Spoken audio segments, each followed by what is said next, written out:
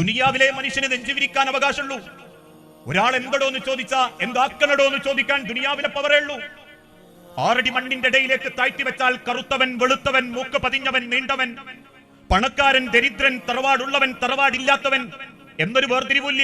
മയ്യത്ത് Saudi Arabia അടക്കി വഹിക്കുന്ന രാജാവ് മരണപ്പെട്ടപ്പോഴും 6 അടി മണ്ണിലാണ് വെച്ചതെങ്കിൽ കേരളത്തിന്റെ പാതയോര വക്കത്ത് ചെറിയ ഉന്തുവണ്ടിയിൽ അന്നന്നത്തെ അന്നം കണ്ടെത്തി അവസാനം പട്ടിണി കടന്നു മരിച്ചവനും മണ്ണിന്റെ അടി കിടക്കുന്നത് 6 അടി മണ്ണിൽ തന്നെയാ.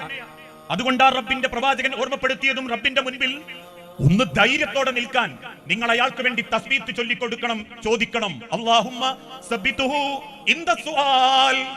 പടച്ചോനെ, എന്റെ ചോദ്യത്തിന്റെ മുൻപിൽ ഇയാൾക്ക് ഇങ്ങൊരു ധൈര്യം കൊടുക്കണേ റബ്ബേ. അല്ലാഹുമ്മ അൽഹിംഹുൽ ജവാബ്.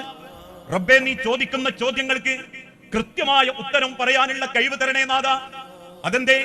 ദുനിയാവിൽ നമുക്ക് പലതും പറഞ്ഞ് രക്ഷപ്പെടാൻ പറ്റും. അള്ളാഹുവിന്റെ മാർഗത്തിലേക്ക് ഒരു 10 രൂപ ചോദിക്കുന്നവന് തിരിച്ചു പറയാ, എനിക്കെവിടെയാ വരുമാനം, ഇന്ത്യ 5 നയാ പൈസ അല്ല. ബാങ്ക് ബാലൻസ് കുമിഞ്ഞുകൂടി ആരും കാണാതെ 1000ങ്ങളും 10000ങ്ങളും അവന്റെ അക്കൗണ്ടിൽ ഉണ്ടെങ്കിലും ദാരിദ്ര്യം അനുഭവിക്കുന്നവരുണ്ട്, ദാരിദ്ര്യം അഭിനയിക്കുന്നവരുണ്ട്. ലോകത്തിന്റെ ഹബീബായ പ്രവാചകന്റെ കാലഘട്ടത്തിൽ അള്ളാഹുവിന് കടം കൊടുക്കാൻ ആരുണ്ടെന്ന് ചോദിക്കുമ്പോ ബിലാൽ ഇബ്നു റബാഹ റളിയല്ലാഹു അൻഹുവിനെ സഹാബത്തിന്റെ ഇടയിലേക്ക് പറഞ്ഞയക്കുന്ന സമയത്ത് ഓരോ സഹോദരിമാരും അവരുടെ ചെവികളിലുള്ളതും കഴുത്തിലുള്ളതും വിരലുകളിലുള്ളതും ബിലാൽ ഇബ്നു റബാഹയുടെ മുണ്ടുകളിലേക്ക് ഊരിക്കൊടുത്തിരുന്നു. എന്ന് കേട്ട മുസൽമാന്റെ കുടുംബത്തിലെ പെൺമക്കളോട് നിങ്ങൾക്ക് അള്ളാഹുവിന്റെ മാർഗത്തിൽ കൊടുക്കാനില്ലേ എന്ന് ചോദിക്കുമ്പോ എനിക്കവിടെ പിയാപ്ല കൊടുക്കേണ്ടതല്ലേ എന്ന് ചോദിച്ച് ദുനിയാവിൽ രക്ഷപ്പെടാൻ പറ്റും. ഏത് വിഷയത്തിലും. എന്തേ സുബഹിക്ക് പള്ളിയിൽ വരാത്ത? രാത്രി ഒരുപാട് യാത്ര ചെയ്തിട്ടാ കിടന്നുറങ്ങി. എന്തേ നിങ്ങൾ നോമ്പിന് പടച്ചോന്റെ മാർഗത്തിൽ ഇബാദത്തുകൾ കുറച്ച്? പട്ടിണിയല്ലേ, അതുകൊണ്ട് കുറച്ച് നോമ്പ് വറ്റാ മതി എന്ന് കരുതി. എന്തിനും ന്യായീകരണം കണ്ടെത്താൻ പറ്റും ദുനിയാവിൽ, ഏത് കാര്യത്തിനും. നമുക്ക് താല്പര്യമില്ലാത്ത വിഷയമാണോ, നമ്മളതിന് ഉദറുകൾ, കാരണങ്ങൾ കണ്ടെത്തും. പക്ഷേ റബ്ബ് പറയുന്നു അല്ലാഹുമ്മ അൽഹിംഹുൽ ജവാബ്. റബ്ബിന്റെ ഖബറിൽ അള്ളാഹുവിന്റെ ചോദ്യത്തിന് ഉത്തരം പറയണേ. പടച്ച റബ്ബിന്റെ ഒരു തൗഫീഖ് എന്ന് കിട്ടണം.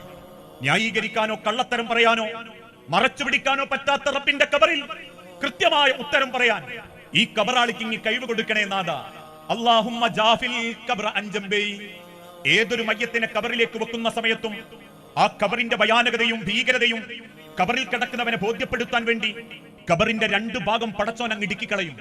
മദീന മിമ്പറിന്റെ മുകളിൽ 2 കൈകളും കോർത്തു പിടിച്ച് സഹാബത്തിന്റെ മുഖത്ത് നോക്കി കണ്ണുനീരോടെ ലോകത്തിന്റെ പ്രവാചകൻ കാണിച്ചു കൊടുത്തിട്ടുണ്ട്. ഹക്കദാ ഹക്കദാ, ഇതുപോലെ നിങ്ങളെ വാരിയല്ലു കോർത്തു പോകും. ആ വേദനയിൽ നിങ്ങൾ പെടയും, കരയും. ആ കരച്ചിലെങ്ങാനും ഖബറിന്റെ മേലെ നിങ്ങൾക്ക് വേണ്ടി തസ്ബീഹ് ചൊല്ലുന്ന ഒരാളെങ്കിലും കെട്ടിരുന്നെങ്കിൽ ആയുസ്സിൽ ഒരിക്കൽ പോലും ഒരു മയ്യത്തിന് വേണ്ടിയും ഒരാൾ ആ ഖബറിന്റെ അരികിലേക്ക് വരില്ലായിരുന്നു. അല്ലാഹുമ്മ ജാഫിൽ ഖബ്റ അൻ ജംബൈ.